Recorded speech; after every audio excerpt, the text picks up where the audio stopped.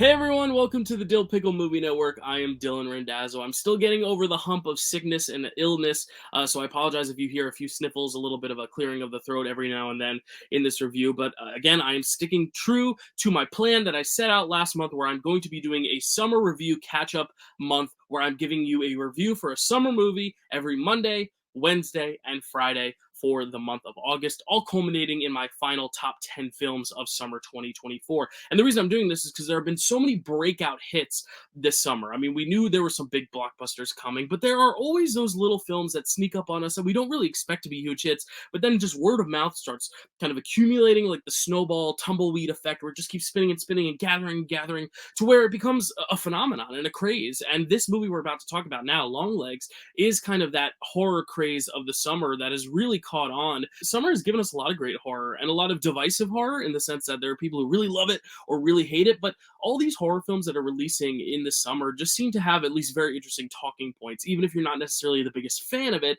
I think it has a lot to offer the audience, no matter what lens you're looking at it. Whether you were someone who was super hyped going in and maybe the film didn't live up for the hype, maybe you didn't know much about the film and it just completely surprised you, or maybe you knew you were going to hate it, you hated it, or you knew you were going to love it and you loved it. I mean, there's all those kind of four quadrants that you could hit when it comes to horror, because horror is probably one of the most divisive genres in general, because what makes something scary differs person by person. It's the same thing with comedy. Like, not everything makes everyone laugh, and that's why comedy is so difficult, and that's why horror is so difficult. So this week I wanted to kind of spotlight horror in general here as part of our August summer movie catch up. And today I am going to be talking about Osgood Perkins' Longlegs, which is another kind of word of mouth hit, like I'm talking about, that snowball effect, where I didn't really know much about this film. I have not seen any of Osgood Perkins' other works. He is the son, actually, of Norman Bates himself, Mr. Anthony Perkins. So I was really excited to see how, like, that kind of transcended to his son's filmmaking. You know, the fact that this is literally one of the horror icons, Anthony Perkins, but to see his son have a very distinct style. It's not very Hitchcockian at all, but I really like that about his style. It is very different. It really relishes in the slow burn effects. It almost reminded me of something you would see in like an A24 horror film, where everything's very deliberately paced. A lot of stuff is using shadow, and the images that we find scary that sneak up on us are not like these traditional jump scares where it's this loud like shriek or noise. It's really just more so your eyes kind of fixating on something and then realizing that there's something hidden in the background or in the surface. Like, that type of stuff is usually the scariest stuff to me. So horror is very subjective, but I think Osgood Perkins at least has a really good visual eye for horror, and I'm excited to see more of his works. But Longlegs, this is one of those films that obviously had such a word of mouth kind of campaign going for it, not just from fans who saw the film early and really liked it, but also just the marketing itself was really hyping it up to be one of the scariest things you will have ever seen. And this is where I want to give Longlegs its real two long thumbs up, because I really think the marketing is what made the movie.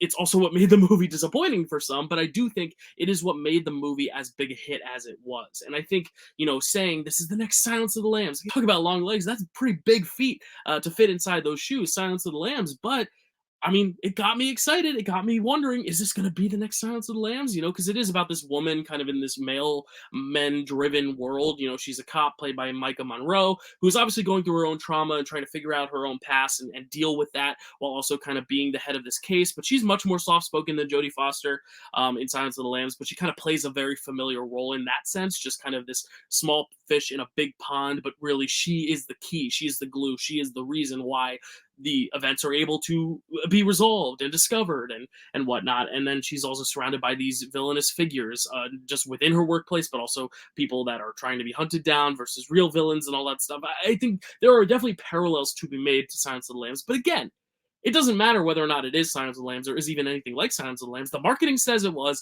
and that got a lot of people who are really big movie buffs like me excited about it, because I love Silence of the Lambs. Now, the other thing they did was really just hyping up the ambiguity of it, like not really telling you much of what it was. You don't see a lot of Nicolas Cage in the marketing, and I think there's a reason for that. They really wanted to hype up the fact that, like, when you see Nicolas Cage, you will be shook to your core. In the marketing, they said Micah Monroe, when she finally set foot in the set with Nicolas Cage and sat down, her heart rate doubled. All this stuff that is so, emphasized, so hyperbolized. But if you are a moviegoer who sees a word on the screen that says that the lead actress's heart rate doubled when she saw Nicolas Cage in the Longlegs makeup as the character, who wouldn't be excited for that? It kind of harkens back to the Silence of the Lamb comparison with Anthony Hopkins. Like the first time Jodie Foster saw Anthony Hopkins as Hannibal Lecter, it's the same idea. And again, when you watch the film, maybe it works in that way. Maybe you are genuinely that scared. But even if you're not, I mean, kudos to the marketing because they got you in those seats without revealing too much of what the movie was either. There's still such a mystery.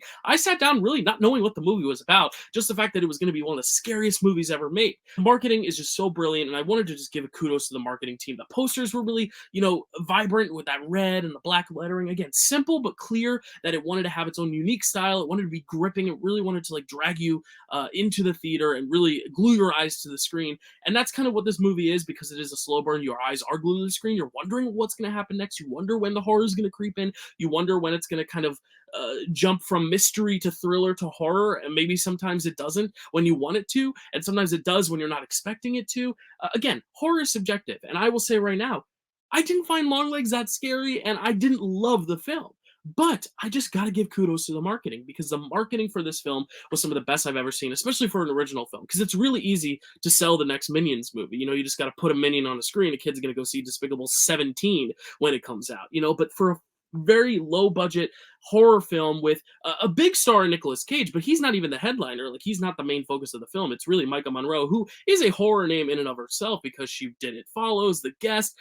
She was the co-lead in Hot Summer Nights with Timothée Chalamet, so she's been in a lot of good stuff, but she's not like a bankable star in that way, where you can't just put her name on a billboard and people will just rush out to see it like they will like Tom Cruise or Brad Pitt or even Nicolas Cage himself. So I think the fact that they were able to get so many people excited and talking about this is just one of the great marketing strategies I've seen for a film. So I wanted to first and foremost say kudos to that. But then kind of getting into my thoughts on what I think the problem with the film is that the marketing oversold it so much that I think the expectations were sky high for me. And when I watched this film, I liked it. I thought it was, engaging enough. Like I was never really bored, but I did find that it was not nearly the horrific, like cover my eyes, I want to go home, I'm freaked the F out that I expected to be. Like something with Hereditary, for example. When I saw Hereditary for the first time, it was hyped up to be very scary, and it was scarier than I could have ever imagined. Skinamarink, same thing. And that's a film people don't think is scary. I thought it was probably the most horrifying movie I've seen in a theater. So I really do think it just comes down to your own subjectivity when it comes to how scared you are, what you find scary. And again, this is more real life, a lot of the film, than other horror films. Like a lot of horror films deal with monsters, deal with a lot of supernatural stuff. This is mostly rooted in, a crime, crime thrillers. There's a lot of suspense and mystery because it all feels so real. Now, it pivots into something that is a little bit more otherworldly, a little more supernatural, and I'm not going to spoil it necessarily for you here. It does kind of go beyond the realm of, complete realism, but I still think the way it's presented just still feels very realistic. It doesn't feel otherworldly in the presentation, so I think that could be very scary for some people. It's why Silence of the Lambs was scary for some people, because the guy ate people, he wasn't a monster. He was a monster, but he wasn't this, like, creature. He was just a man who was a monster, like Hannibal Lecter and also Buffalo Bill. So I think there's something to be said about that. And a lot of the times that is the type of horror that I do gravitate toward, which is why I was a bit surprised that Longlegs didn't completely grab me. But I do think a lot of it is just because the marketing set the bar so high. I really wanted this film to live up to it and just leave the theater nonstop thinking about it, couldn't sleep at night. But that wasn't the case. I was able to sleep at night. I thought back on it fondly, but not in the sense that I was like, this is a horror masterpiece. This is the next greatest thing in horror. And you know what? That just sometimes comes with the marketing. The benefit of marketing is that you can get people in the theater, but the downfall of the marketing is if you sell the film differently than how people are going to receive it, maybe it's not going to necessarily have the same response and the same love that you think it's going to. Now, there are some people who think it's really, really scary, and I really, really hope a lot of people do find it scary. There are chilling moments. There's a chilling atmosphere, but ultimately, I thought the slow pace of the first two acts, after a while, just got a bit grating. I was like, okay, when are we going to get to the next step? When are we going to finally move forward in this thing? And once the mysteries are kind of revealed, I was actually a little more engaged with the film because I liked how it introduced some very clever new elements to the story, which is interesting because a lot of people I've talked to have disliked the ending and thought that it should have stayed in a more realistic vein, in a more crime thriller mystery lens, instead of going into full blown kind of more supernatural territory. But that just comes again with subjectivity, and that's why I wanted to talk about Longlegs, because I think marketing can be great, but can also set your expectations very high. And this is the case where I just went in with the highest hopes, and it didn't quite deliver. But I still think there's so much to appreciate here. Osgood Perkins clearly knows how to direct a movie and how to build suspense and draw out suspense. It's a little too drawn out for me, but he knows how to create, memorable atmosphere. The problem is also, I think, the images in particular. There's no like key image I can really grasp onto. Like when you watch Hereditary, there are several images that just burn in your brain. Same as like Midsommar, and I'm just thinking of recent films with like Ari Aster. But even if you go back to like the old films, like Psycho, for example, there are certain images that stick with you. Here, I didn't really get a lot of that. Like there are no like iconic images for me. Like nothing that I am just thinking about in my head and seeing that causes me fear in the way some other horror films do. And again, it's subjectivity, but I do think the atmosphere is successful, but I think he could have done a little bit more to get these really strong, impactful images out of some of the moments, and really finding at least one or two really heavy hitting moments that have people talking. For example, like Midsommar is a film that is so based in the atmosphere, but a lot of people remember like the scene where the old people get pushed off the cliff because it's so graphic, it's so memorable, it's so polarizing. It's something you don't really see in a lot of movies. And then they think of the bear stuff at the end. It's like those two key images people really respond to. Hereditary, same thing. The allergy scene, you know what I'm talking about? Try not to spoil that movie, even though if you haven't seen it, like, what are you doing? Go see it. Well, I know why you wouldn't see it. It's very scary. But I think that movie has some images that like fester in your brain. Here, I think the atmosphere was successful, but there were no images that really just kind of haunted me in the way that other films do. And I do think the performances are good. I think Micah Monroe is so subdued that sometimes her performance comes across a little bit too closed off. But again, that is the character, so I don't blame her as much as I blame like the writing of the character, and just not giving her as much as I thought they would give her to do. She has a lot of interesting stuff going on with her character, but it feels like a lot of the arc is about the story and the mystery rather than like unfolding her past. And maybe I need to watch it again to get a little bit more of that, but I feel like they kept trying to throw in shades of what her backstory was without kind of going full throttle, because they didn't want to reveal too much. They wanted to keep some suspense. But at a certain point, I was like, all right, I want to see more layers peeled back for this character as well. And then you got Nicolas Cage, who I've heard some people say he is giving an over-the-top, goofy WTF performance. It's so silly. But some people were like, he's genuinely frightening. Here, it's like,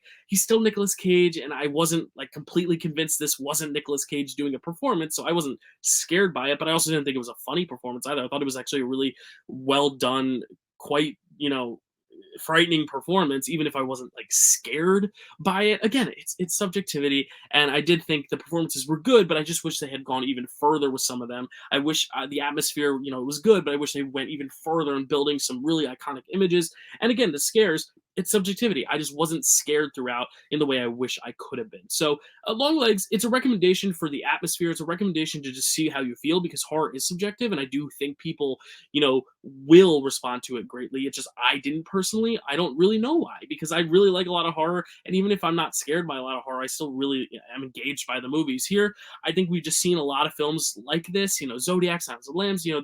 These kind of cryptic messages that you have to decipher to figure out what the villain is up to and how he's getting away with what he's doing. Here, there's that extra added twist of like none of his DNA is showing up in the crime scene, so how is he doing the killing if he's not picking up any weapons, stuff like that. It's all very interesting, but for me, it just felt a little unsatisfying given all the hype behind it. But again, horror is great, and I love talking about horror, so I wanted to at least come on here and talk about why I love the marketing for it, and why I think it does succeed in some elements, even if it doesn't go above and beyond to 100% stick the landing in any given category. But again, I'm really excited for Osgood Perkins. I'm really excited to see what he has next, and I'm excited to see how this creates more and more response once it kind of trickles into home video and more people kind of discover it, like the TikTok era, seeing it on social media and little clips here and there. I'm wondering if it kind of builds more of a cult classic vibe to it, or if it just ends up being one of like the solid horror movies of that summer that doesn't necessarily get that huge like legacy attached to it the way some films have already done, like Hereditary or Get Out, for example.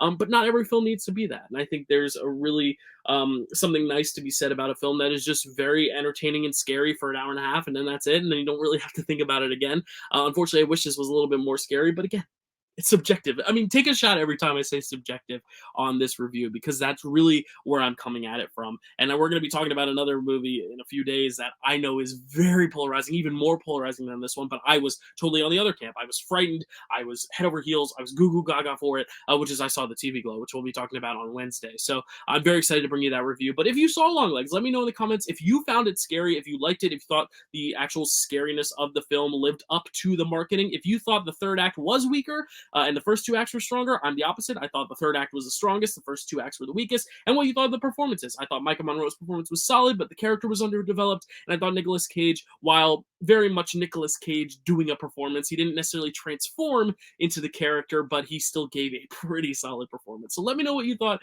in the comments below about all that jazz, and stay tuned on Wednesday for another horror as we talk about I Saw the TV Glow, one that is a little bit more polarizing and a lot more dense, if you will. So I'm very excited to talk about that one. Otherwise, thank you so much. Please like, please comment, please subscribe. We're doing this every Monday, Wednesday, and Friday, catching up on all the films that I want to talk about here for summer 2024. This has been a great summer so far. We still have some more movies coming in August. We got an Alien film coming out in just a few weeks. It's so exciting. So thank you so much. Let me know down in the comments below what you think of summer 2024 so far, and we will see you on Wednesday. Thanks for watching.